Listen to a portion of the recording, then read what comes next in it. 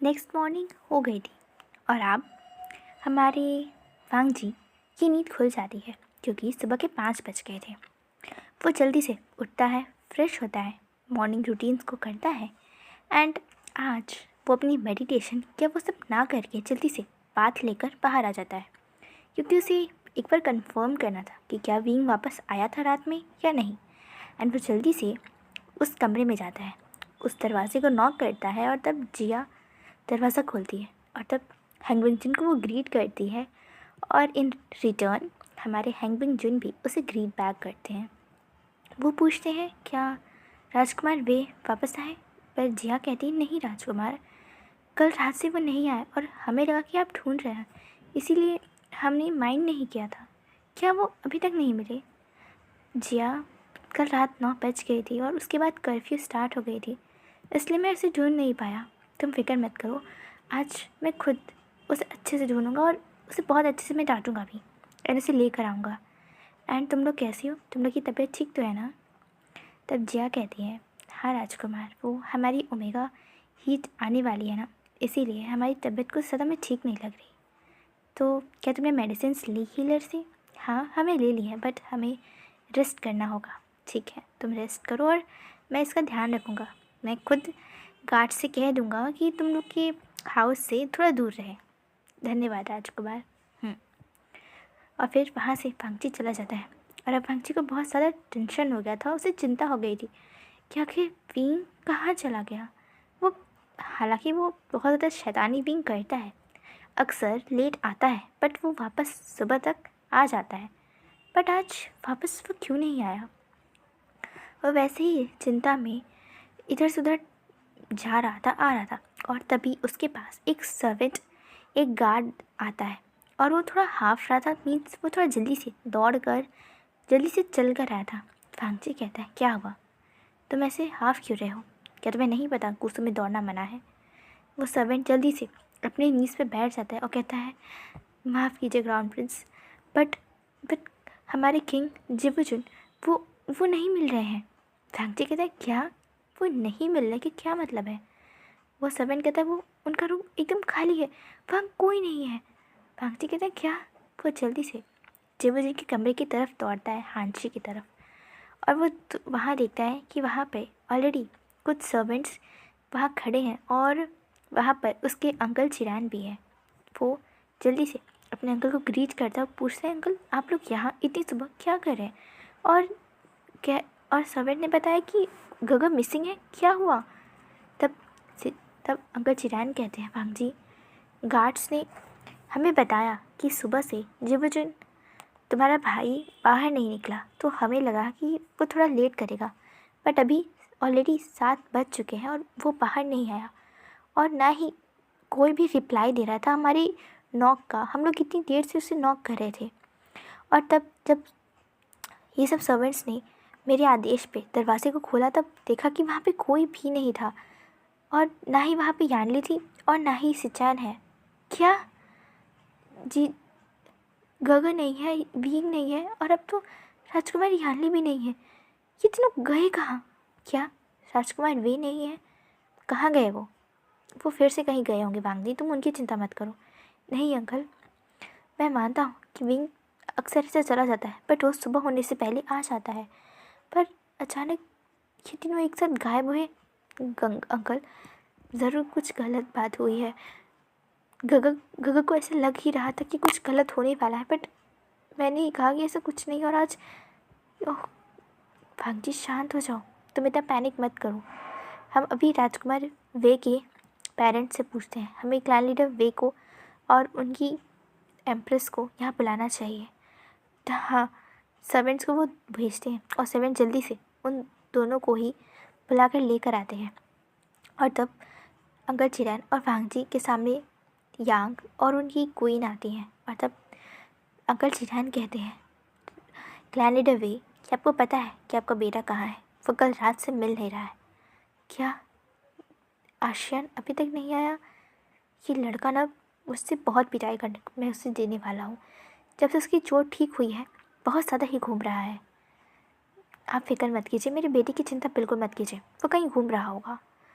पर बात ये नहीं है, तो भांगची कहता है, क्या मतलब है? बात ये है कि वीन के साथ साथ मेरे गगो और राजकुमारी यानली वो भी मिसिंग है, नहीं मिल रहे हैं वो। नहीं मिलने का क्या मतलब हुआ राजकुमार लान? मतलब हमें समझ खुद नहीं आ रहा है कि इतनी सुबह सुबह वो दोनों कहाँ गए हैं। उन्हें तो अपने कमरे में रहना चाहिए, बट ऐसा कुछ भी नहीं हुआ। उनके कमरे में वो लोग नहीं है और वीन भी नहीं है। कुछ गलत हुआ है, मुझे लग रहा है कि कुछ कुछ तो गलत हुआ है। और तभी वहाँ पर एक एरो आता है और जो ऑलमोस्ट वांगची को हिट ही होने वाला था, बट वांगची तुरंत ही उसे अपने हाथ में पकड़ लेता है, ग्रैब कर लेता है। और ये देख के सब हैरान हो जाते हैं। तब वांगची जल्दी से उस एरो को देखता है और उसके ऊपर एक चिट बंधी हुई थी। वो उस कागज़ को खोल के पढ़ता है और उस पर लिखा था कि हाँ, आपका शक बिल्कुल सही है हंगवंग जिन, बट बट अगर आपको अपनी तीनों ही प्यार को, अपने भाई को, अपने लवर को और अपने भाई के लवर को बचाना चाहते हैं, तो फिर आपको हमें सरेंडर करना होगा। मुझे पूरा गुस्सू और वे सेट चाहिए, और अगर ऐसा नहीं हुआ तो फिर आप और महाराज वे अपने बेटे को और आप अपने भाई और उनकी लवर को खो देंगे। वांगची ये पढ़कर उसे बहुत ज़्यादा गुस्सा आ जाता है और उसके लेटर के आखिरी में ना ही उसके भेजने वाले का ना ही कुछ कुछ भी लिखा था। वांगची को समझ नहीं आता कि अचानक से ये क्या हुआ, बट इस पत्र से एक चीज़ तो कंफर्म हो जाती है कि ये तीनों ही खुद से कहीं गए नहीं हुए, इन्हें ले जाया गया है और ये सब किसी का प्लान है। कोई तो है जो हर्ट करना चाहता है, जीतना चाहता है गुसू और वीक लैंड को। वांगची को समझ कुछ नहीं आ रहा था और तब यांग कहते हैं, सिचैन की बात बिल्कुल सही थी, उसका अंदेशा बिल्कुल सही था। और वांगची कहते हैं क्या? और तब यहाँ यांग बताना स्टार्ट करते हैं और यहाँ से पास्ट का फ्लैशबैक स्टार्ट होता है। जब यांग यहाँ उनकी शादी के लिए आए थे, तो उस दिन जब वो उनसे यानी लैंडलाइन लीडर से मिलने गए थे, तब हमारे सिचैन ने यांग से ये बात डिस्कस की थी कि आखिर वेन क्लैन इतना शांत क्यों है, वो कुछ कर क्यों नहीं रहा है। वेन चाओ और वेन रोहान की मरने के बाद, उनकी मिसिंग होने के बाद वेंशु ने सब कुछ संभाला, बट वो इतना शांत क्यों है। हाँ, वेंशु के बारे में बहुत अच्छी बातें या बहुत गलत बातें किसी को नहीं पता, बट ऐसा नहीं है कि वो शांत रहेगा।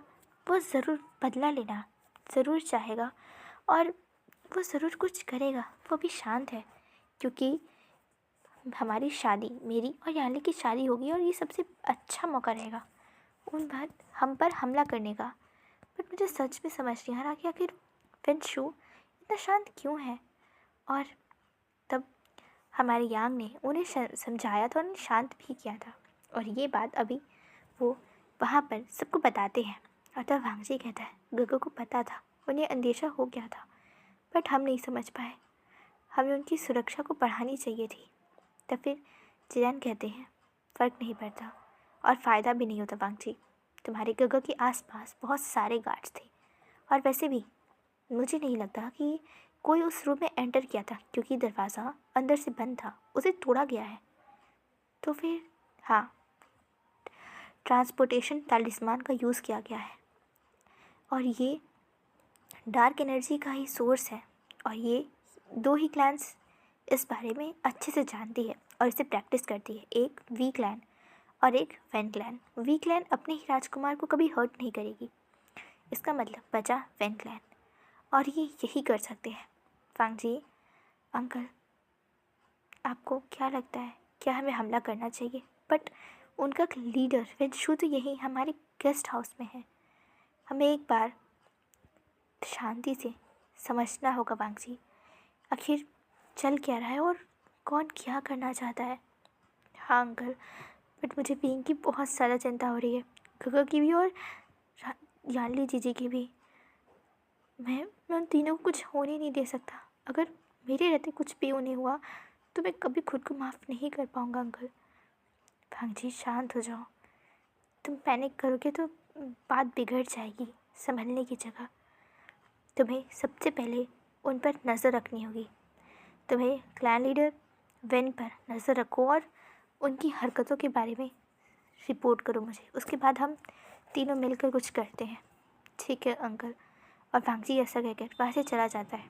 वो सीधे सबसे पहले राजकुमार वेन के गेस्ट हाउस के पास पहुँचता है, उनके रूम के पास पहुँचता है और वो देखता है कि अभी भी वहाँ वेन गार्ड्स खड़े हुए हैं। और जब वांगजी अंदर जाने की परमिशन उनसे मांगता है तो वो कहते हैं कि भी महाराज सो रहे हैं और अभी आपको जाने की परमिशन नहीं है। वांगजी कहते हैं पर मुझे उनसे कुछ पूछना है, बहुत ज़रूरी बात करनी है। और तभी अचानक से रूम का गेट खुलता है और वेनशु बाहर आता है। और तब हमारे वांगजी कहते हैं उन्हें ग्रीट करते हुए महाराज वेन। तो फिर वेनशु कहता है लैन वांगजी, आप हमसे क्या बात करना चाहते हैं बताइए।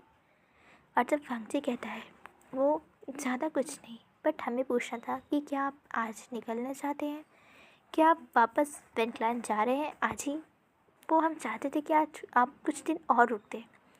वेंशु कहता है हमें बहुत खुशी होती है राजकुमार लान, बट आपको भी पता है बाबा और भाई के जाने के बाद मैं अकेले पूरे वेंटलैंड को संभाल रहा हूँ और इसलिए मुझे वहाँ रहना होगा और वहाँ के हालात बहुत अच्छे नहीं हैं। हमने बहुत ज़्यादा सेना अपनी खो दी है जब ब्लैक जेट से हमारी लड़ाई हुई थी और इसलिए मैं अपने लोगों को, अपनी वहाँ की प्रजा को संभालने की कोशिश कर रहा हूँ। इसीलिए मैं तो यहाँ आता भी नहीं, बट क्योंकि लैंड क्लैन के खुद क्लैन लीडर की, वहाँ की राजा की शादी है तो मेरा आना ज़रूरी था, बस इसलिए मैं आया। बट अब मुझे जाना होगा। अच्छा ठीक है, पर क्या हमारे गार्ड्स आपको छोड़ने की परमिशन चाहते हैं? हम नहीं चाहते कि हमारे गेस्ट कोई ट्रबल में जाए, इसीलिए हम चाहते हैं कि आप हमारे कुछ डिसिपल्स के साथ वहाँ जाएं। हमें कोई दिक्कत नहीं, वेंशु कहता है। तो फिर वांगजी वो करके वहाँ से चला आता है वापस उसी हॉल में जहाँ पर लैन चिरैन और यांग और अब नीमिनचे, जियांग फेंगम्या और वो क्लैन लीडर्स उसे ज्वाइन करते हैं। और तब वहाँ वांगजी उन सब की तरफ देखता है और तब चिरैन कहता है मैंने सबको बता दिया है वांगजी, अगर युद्ध होना है तो हमें सबकी हेल्प चाहिए होगी। वांगजी कहता है ठीक है। और तब यांग पूछता है क्या कहा उसने। तो फिर वांगजी कहता है वो बहुत शांत थे, उनका देख के लगा नहीं कि उन्हें जैसे कुछ पता है, लगा कि बस वो भी सो के उठ कर आ रहे हैं और वो उन्होंने बात मान ली कि वो हमारे लैंड लाइन के कुछ डिसिपल्स को लेके जाने को तैयार हैं। मुझे समझ नहीं आया अंकल, वो बहुत शांत था। तो फिर जिरैन कहता है ठीक है वांगजी, अपनी कुछ भरोसेमंद गार्ड से कहो उनके साथ जाए और अपने स्पाइस को उनका पीछा करने को कहो। ठीक है अंकल। और बाकी क्लैन लीडर्स प्लीज़ अपनी सेना को तैयार रखिए, अगर ऐसी है तो हमें युद्ध तो करना ही होगा क्योंकि मैं अपने नेफ्यू को कुछ भी होने नहीं दे सकता। और यांग कहता है मैं अपने बेटे को। और तब क्लैन लीडर्स अपनी सेक्ट में जो भी वहाँ पर जिसके भरोसे वो अपनी सेक्ट को छोड़ कर आए थे उन सबको एक एक लेटर लिखने के लिए अपने कमरे में चले जाते हैं।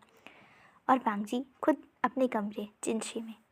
और फिर वो हमारी आई और जिया के लिए भी एक संदेश एक ओमेगा 7 से भिजवा देता है कि विंग किडनैप हो चुका है और फिक्र करने की कोई ज़रूरत नहीं है, हम उन्हें बहुत जल्दी ढूंढ लेंगे। और तब आई और जिया को भी ये पता चलता है, वो भी थोड़ा सा रिग्रेट करती हैं, खुद पर कोसती हैं कि आखिर उन्हें इसी दिन उनकी हीट क्यों आई। कुछ दिन बाद भी आ सकती थी ना, ताकि वो राजकुमार वे के साथ रहती, एटलीस्ट उन्हें अकेले सफ़र तो नहीं करना पड़ता। बट अभी कुछ भी कहने से बेकार था। और यह वांगजी जिनशी में बैठा हुआ था, बैठा नहीं था, वो बेचैन था। उसका दिल दिमाग कुछ कहीं काम ही नहीं कर रहा था, उसका लग नहीं रहा था। उसे समझ ही नहीं आता कि आखिर वो क्या करे, आखिर ऐसा कैसे हो गया। उसने खुद सुरक्षा पर ध्यान दिया था और ऐसा कैसे हो गया वो खुद समझ नहीं पा रहा था, बेचैन था, परेशान था। उसे समझना होगा, उसे अपनी फीन को, अपने गगर को, अपने यानली जीजी को, सबको प्रोटेक्ट करना होगा। वो किसी को भी हर्ट होते हुए या नहीं कर सकता। उसने अपने पेरेंट्स को ऑलरेडी खो दिया है और अब इन्हें नहीं, इन्हें वो सबसे ज़्यादा प्यार करता है और अब इनमें से किसी एक को भी कुछ भी हुआ तो शायद भांजी खुद को कभी माफ़ नहीं कर पाएगा। वो बेचैन था, हर्ट था। और तभी उसके कमरे में फिर से एक तीर आता है जो उसके आर्म में हल्का सा हर्ट हर्ट कर देता है, क्योंकि उसका ध्यान बिल्कुल नहीं था। और तब वो जल्दी से उस तीर को पकड़ता है और देखता है कि फिर से उस एरो पर एक लेटर बंधा हुआ था। वांगजी जल्दी से अपने कमरे से निकलता है और अपने अंकल के कमरे की तरफ जल्दी से जाता है। वो गेट पे नॉक करता है और अंदर आता है। और तब अंकल जियान कहते हैं, क्या हुआ वांगजी, तुम इतनी जल्दी में? तब वांगजी अंकल को एक लेटर दिखाता है और कहता है कि हमको फिर से एरो से एक लेटर आया है। तब जियान कहता है, पढ़ो उसे वांगजी। और वांगजी जब उसे पढ़ता है, उस लेटर में लिखा था कि फिक्र मत करो, मैं तुम्हारे प्यार को, तुम्हारे भाई को और उसके प्यार को कुछ नहीं करूँगा, बट हाँ, मुझे ये दोनों लैंड और वेस्ट सेक्ट चाहिए, वरना मैं उन्हें जान से मार दूँगा। और हाँ, तुम सब ने जो तैयारियाँ की हैं मुझसे युद्ध करने की, उसका कोई फ़ायदा नहीं है, क्योंकि युद्ध तो होगी ही नहीं, क्योंकि तुम खुद मुझे ये पेपर्स, मुझे अपना लैंड क्लैन सौंपोगे, वहाँ का किंग बनाओगे और वे क्लैन का लीडर खुद मुझे अपना वे क्लैन देगा। इसीलिए फ़ायदा में नहीं है इतनी बड़ी सेना को ले आकर फाइट करने का। इसीलिए बात मानो और चुपचाप मुझे लैंड और वेस्ट सेक्ट दोनों ही दे दो, समझे? वरना तुम्हारे लोगों को मुझे मारने में कोई भी शर्म या दया नहीं आएगी उन पर, समझे? और हाँ, तुम्हें मुझसे मिलना ही है ना, तो ठीक है, तुम ईलिंग में आ जाओ। ईलिंग में मैं तुम्हें मिलूँगा। ईलिंग की कई सारी पहाड़ियाँ हैं, गुफाएँ हैं, बट ईलिंग की जो सबसे बड़ी, सबसे ऊंची जो माउंटेन है, जो पहाड़ है, वहाँ आकर मिलना। जितनी सेना तुम्हें लेकर आनी है ना, लेकर आओ, मुझे कोई दिक्कत नहीं, क्योंकि तुम मेरे हाथों नहीं बच सकते और जो मैं चाहता हूँ वही होगा, समझे? और ऐसा पत्र में लिखा था और फिर वो ख़त्म हो गया, बिना कोई कौन भेजा या क्या हुआ उसे बताए। और तब वांगजी कहता है, अंकल हमें चलना होगा। तो फिर उसके अंकल कहते, नहीं, जब तक पूरी सेना तैयार नहीं हो जाती सारे ही सेट की, हम नहीं जाएंगे। और इसके बारे में तुम सबसे पहले क्लैन लीडर यांग को बताओ, ठीक है? तो वांगजी कहता, ठीक है। और फिर वो एक एक करके सभी क्लैन लीडर को बताने के लिए वहाँ से चला जाता है। और तब यहाँ से सीन शिफ्ट होता है और हमें ईलिंग का वो बड़ा सा माउंटेन दिखाया जाता है, जहाँ पर ऑलमोस्ट पूरी कल्टीवेशन वर्ल्ड की मोस्ट पावरफुल क्लैंस की सेना को हम खड़ा देखते हैं। वहाँ सब कोई था, हर एक क्लैन का राजकुमार थे, लीडर्स थे, एंड वहाँ पर सबसे आगे लैंड क्लैन थे। और तब वांगजी सबसे आगे बढ़कर कहता है, कहाँ हो तुम? मैं यहाँ आ चुका हूँ और यहाँ क्लैन लीडर यांग भी हैं, जल्दी से बाहर आओ। और तुम्हें चाहिए हमारा लैंड तो ले लो, बट हमारे प्रिंस और मेरे गगा और शानली, राजकुमार शानली को छोड़ो। वो एक गुफा से हंसने की आवाज़ आती है और तब वो पर्सन हंसते हुए कहता है, ओ अभी नहीं, अरे मेरी एक शर्त है, मुझे ऐसे थोड़ी ना चाहिए सब कुछ, इतना आसान थोड़ी ना है पाना, क्योंकि अगर मैंने तुम्हारे इन प्यारे लोगों को छोड़ दिया तो तुम मुझे ख़त्म कर दोगे, मार दोगे, और ऐसा मैं नहीं ये चाहता कि मैं इतनी जल्दी मर जाऊँ। इसीलिए चलो हम एक गेम खेलते हैं। क्लैन लीडर यांग और राजकुमार लान, क्यों ना एक गेम हो जाए। आप दोनों ही बेस्ट कल्टिवेटर्स हैं, काफ़ी अच्छा इंस्ट्रूमेंट प्ले कर सकते हैं। आप दोनों के पास ही अपनी खुद की स्ट्रॉन्ग कल्टिवेशनल स्पिरिचुअल टूल है।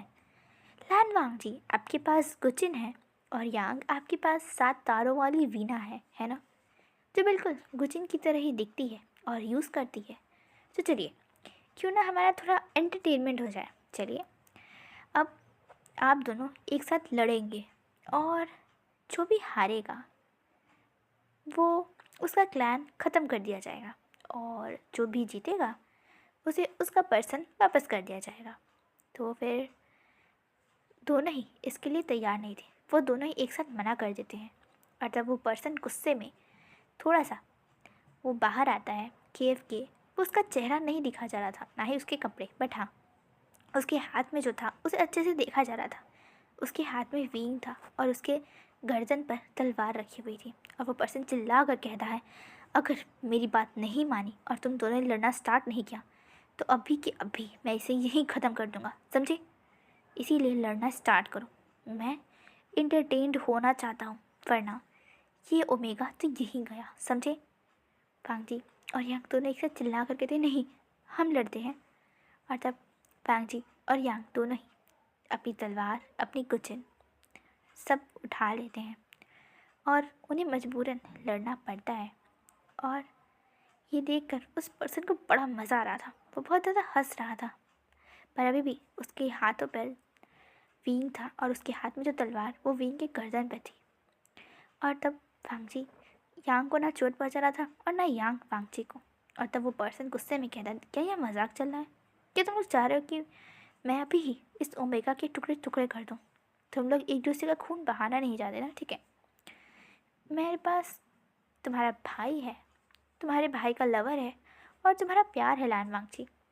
यांग को मार दो, वरना मैं अभी के अभी इस तुम्हारे प्यार को, तुम्हारे बींग को मैं मार दूंगा। और वैसा कहकर धीरे से अपनी तलवार के प्रेशर को बींग की गर्दन में गड़ाने लगता है, जिसकी वजह से उसके गर्दन से खून आने लगता है। और ये वांगची देख के डर जाता है। वो कहते हैं, रुको, प्लीज़ स्टॉप, नहीं ऐसा मत करो, प्लीज़, आई बेग, प्लीज़ उसे कुछ मत करो। वो पर्सन हंसते हुए कहता है, oh oh oh the great hangman Jun Beg कर रहे हैं। हाय, ये तो देखने में बड़ा मज़ा आ रहा है सच में। लैन वांग जी, मुझे कोई मतलब नहीं कि तुम बेग करो, तुम रो, तुम गाओ, तुम चिल्लाओ। मैं चाहता हूँ कि तुम खुद अपने हाथों से इस यांग को और उसकी पत्नी को ख़त्म करो, वरना मैं अभी के अभी यहाँ इसे ख़त्म कर दूँगा। और वो फिर से उस तलवार को वींग की गर्दन में और तेज़ से प्रेस करने लगता है। ये देखकर फांगची चिल्ला कर कहता है, नहीं रुको, मैं करता हूँ, बस मेरे वींग को कुछ मत करो। वींग चिल्ला कर कहता है, नहीं लंजा, क्या तुम पागल हो गए हो? वो मेरे पेरेंट्स हैं, क्या करने जा रहे हो? नहीं, अगर तुमने ऐसा कुछ भी करने की सोचा भी फांगची, आई स्वेयर मैं तुम्हें खुद अपने हाथों से मारूंगा। फांगची नहीं। फांगची उसकी तरफ देखता है, पर वींग उसे, उसकी आंखों में आंसू थे। और फिर फांगची अपने बिचन को अपने हैंड्स में और टाइटली होल्ड करता है और हमारे यांग और उनकी क्वीन पर वो अटैक करता है। और ये अटैक इतना ज़्यादा स्ट्रॉन्ग था कि वो दोनों ही डिफेंस नहीं कर पाते और ज़मीन पे नीचे गिर जाते हैं। और इसी चीज़ का फ़ायदा उठाकर फांगची जल्दी से अपने बिचन से वही सेम चीज़ करता है, उनके शरीर के आर पार अपने बिचन को निकाल देता है। और ये देखकर भी ज़ोर से चीखता है, माँ, पापा। और फिर वो वहीं अनकॉन्शियस हो जाता है।